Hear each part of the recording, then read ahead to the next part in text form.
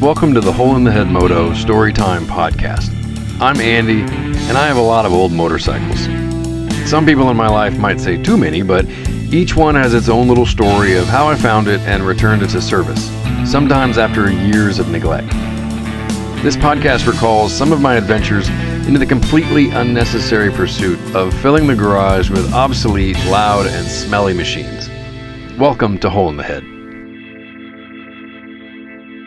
This episode is about a motorcycle that's had multiple lives, reincarnating a few times to bring joy to not just me, but to an entire community of riders and friends. It's the story of a small Yamaha two-stroke, a Phoenix maybe, rising from a garage fire in Northern California to setting a land speed record on the Bonneville Salt Flats. However, this was a difficult episode. My friend and the bike's ultimate owner recently and very suddenly passed away, and that has given me a very different perspective on this otherwise unassuming unified Japanese machine, but really about the importance of avoiding regret. It turns out that life really is short, and no one is guaranteed anything. While those depressing cliches can be pretty inspirational, it's easy to forget and return to the stasis of passing time and putting off whatever until tomorrow or next year. But when we do that, sometimes life just happens, and those grand plans become dwindling priorities or coulda, woulda, shouldas, and eventually regrets. And while my friend's death is heartbreaking, his role in this story is a comforting memory. It reminds me that bold action is the only surefire way to avoid any misgivings for what could have been. Because last year, bold action allowed my friend Eric to overcome fear and self-doubt to set a land speed record on his first trip to Bonneville. A victory that I shared from afar because I had not been so bold. But before we get into the story, a bit about the wheeled protagonist. A 1967 YDS5. This 250cc twin evolved from the earlier YD versions via feedback from a new international market, and more importantly after some Grand Prix wins by its other Yamaha racer cousins. It had some pretty novel features at the time, an auto lube system that alleviated the need for premixing gas and oil, and a great big generator, powering a soon-to-be standard 12-volt electrical system and a very convenient electric start. It's a fantastic little bike, and I've never seen another one out in the wild. So with that, I hope you enjoyed this story of a unique bike and the guy that rode it flat out. This episode is dedicated to my friend Eric and his family. Here's Salted with Fire.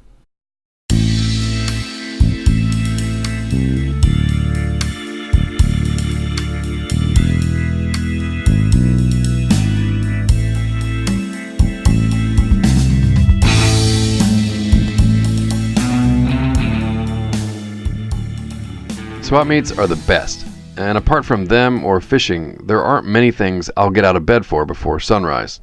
But just as in fishing, getting up early really only feels like the right way to do it. If I recall, most of the fish I've ever caught were well after the sun started warming things up, and as you'll hear, I found one particular piece of swap meet gold way after the early birds had already left. One of California's redeeming qualities is its car and motorcycle culture. There are quite a few shows and swap meets, though most are an hour's drive or more from San Francisco. One of the closest was at an old drive-in theater in Sacramento, which was taken over by a helmet manufacturer a few years ago. I sold some things as a vendor at that meet one year, and it was full of these early birds. I was there way before dawn to get a good spot, and there were guys coming over with flashlights to get a peek at what I was unloading. For one of the spring shows, my frequent accomplice Alberto and I were going to go rummaging. One of us overslept, and then a coffee stop led to a potty break before we even started the 2-hour drive. So when we rolled into Sacramento after 11 a.m., I didn't have much hope for the sale. In fact, vendors were already packing up as we sped through the dusty rows just to see what was left. I was a little surprised that it had ended so quickly, but one particular seller, who seemed to have brought everything he owned to the sale, had already loaded back up. He and his presumably more punctual partner were standing at the back of a lowboy trailer, piled with totes and tankless motorcycles. But there was a small, reddish motorcycle between them, and they didn't seem optimistic about being able to get it on the trailer with the rest. Apparently, they were leaving with more than they came with, and were now having trouble loading this little red monster. When one of them started pulling out the totes to try a different configuration, I could see the bike. It was an old two-stroke, but with a broken tank badge that said, "Aha!" and a torn sheet of notebook paper taped to the headlight. I didn't know anything about these early Japanese two-strokes, the weird ones in the 60s that predate the 70s triples and dirt bikes. They were mostly a mix of chrome tanks with rubber knee pads, but they had exciting names like Big Bear, Catalina, Samurai, and my favorite, the Hustler. All I knew was that the red Aha was one of these early twins, and the notebook paper was a makeshift $200 price tag. One of us said something clever about them getting a good deal with that price, and the trailer owner said, "Oh no, we're trying to sell it." Well, that warranted a closer look. At some point, a small fire had eaten away the rear half of the seat, and what foam remained was now singed in place.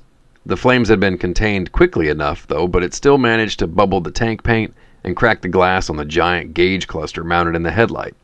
The engine kicked through, and when I put my hand over one of the open carburetors, I felt the intake suck at my fingers. The seller said it was a YDS5, but that didn't mean much to me in that moment. I only knew it was a fairly complete little Yamaha that had an engine with compression, a great price, and a wicked backstory. I took a chance and offered him a lower price, just shy of being offensive.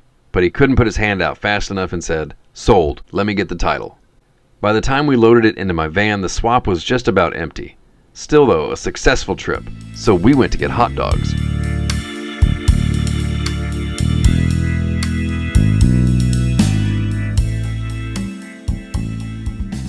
I try not to characterize my vehicles with human traits, but it's funny how an inanimate object can seem to change its mood once you get it home.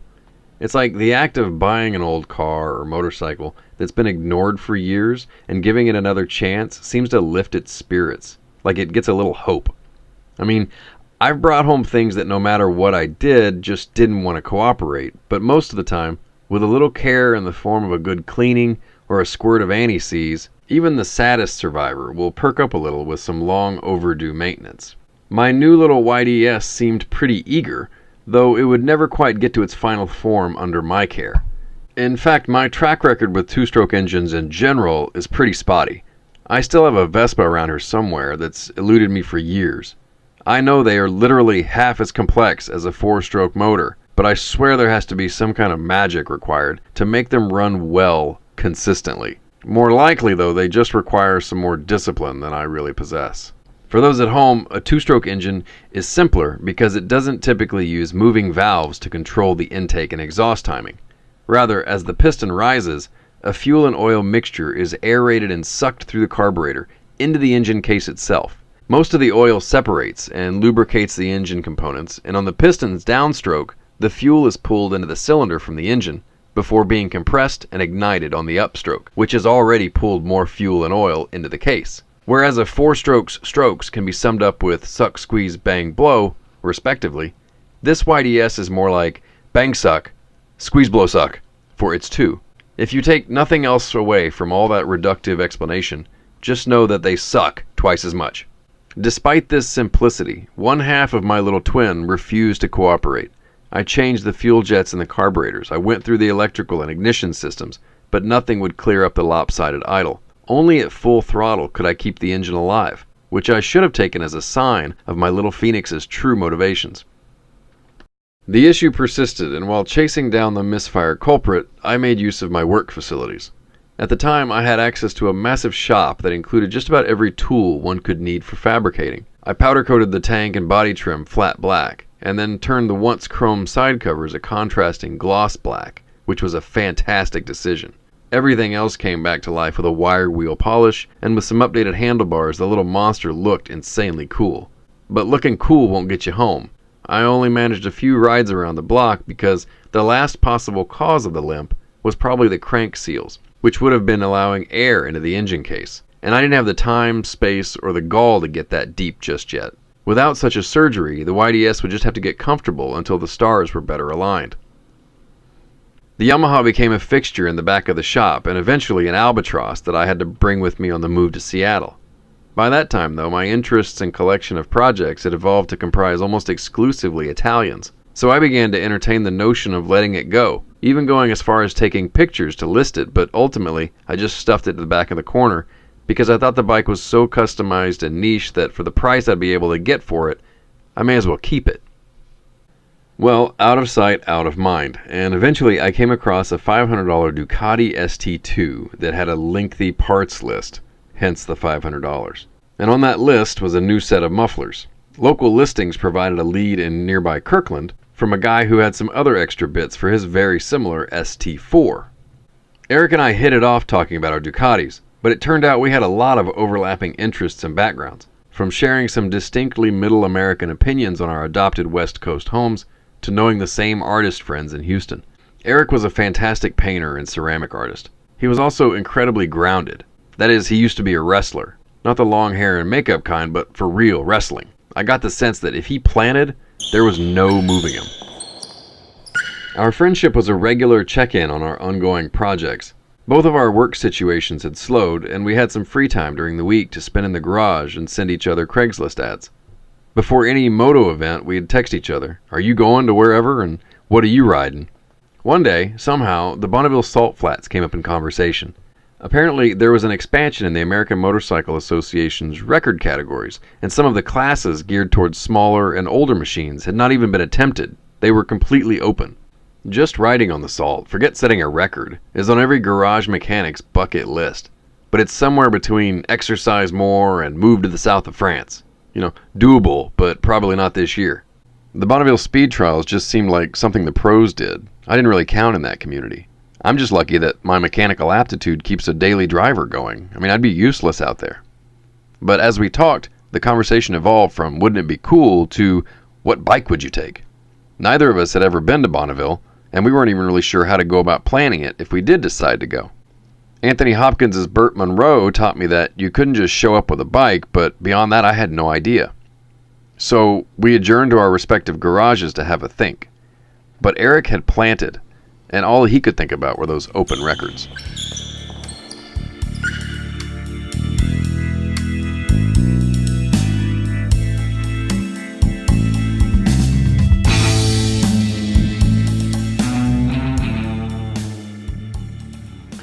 Spring brought another swap meet season, and as I headed to one of the few here in Seattle, Eric asked me to keep an eye out for a worthy Yamaha project, as he had become very keen to find a two-stroke twin around 250 cc's that could become his contender for Bonneville. It occurred to me that the stars were now shifting. I sent him one of the pictures I had taken of my YDS5 with a text, "Like this?"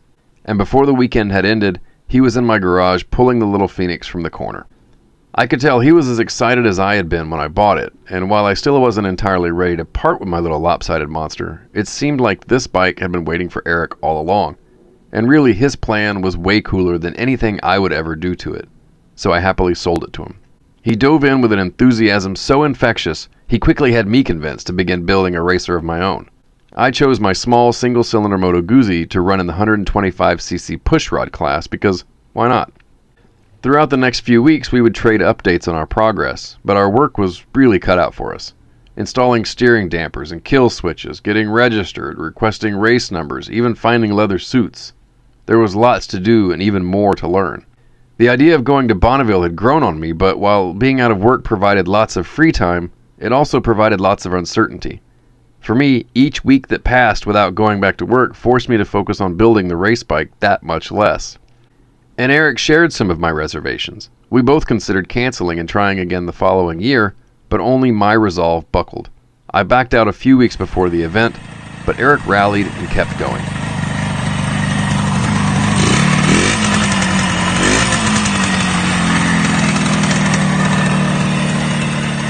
I know I keep anthropomorphizing this motorcycle, but it did seem like the YDS had been waiting for Eric all along, because the updates he sent me quickly became much more impressive.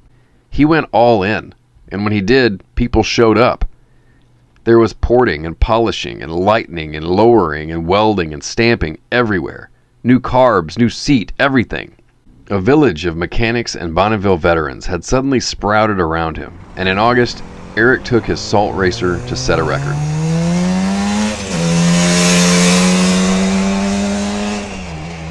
Of course I was jealous, but really just admired my friend, and that had little to do with the record or even the motorcycle. In retrospect, my decision to back out may have had as much to do with fear and fortitude as it did with funding, because Eric made it happen in spite of any perceived limitations we may have had. It took a little money, but it wasn't prohibitively expensive. The real cost was in the time and the risk of failure in front of others. I do recognize that having the time, space, and/or money to work on stupid motorcycles is a privilege, but waiting for the opportune moment to jump into a challenge is a waste of time. In all things, motorcycles are just a silly metaphor. Where else in my life am I missing out because of fear or procrastination? And that should be a much more persistent question, but it's easy to confuse fear of taking risk for being disciplined or responsible, because that's not always a fair assessment. Unfortunately, though, only hindsight gives us a true view to things that we used to perceive as insurmountable and therefore not even worth attempting. Now, I'm not a Bible guy, so forgive me, but there is a verse in the book of Mark, while very romantic, is pretty fitting in the context of Bonneville. Everyone shall be salted with fire. Salt is good, but if salt becomes insipid, with what will you restore its flavor? Keep salt in yourselves, and you will have peace with one another. So if our trials and challenges are a fire, this suggests that those things give our lives flavor and character, and can even bring us closer to others. But when we rest on our laurels of old accomplishments and stop seeking new ones, complacency breeds, and our salt becomes insipid. When I found out Eric died, I was floored. All of us were. And as I began thinking backwards through our conversations over the last year, I realized how bold he really had been. Sure, he did the whole Bonneville thing, but he committed to his life. He was present for his family, from coaching his son to making his wife breakfast. He supported his friends, and he put his creativity on display. And those things aren't easy to do every day. But to have not would make for the most corrosive regret. And he was at least free of that. I know I didn't go through the whole Bonneville story, and I'll keep that for another time. But I will say there were some high highs and low lows. Literally, because Bonneville's altitude is often an issue. But on the last day Eric was at the flats, he sent me a picture of a little slip of paper documenting his top speed and new record for a 250cc modified classic gas motorcycle. 81.5 miles an hour.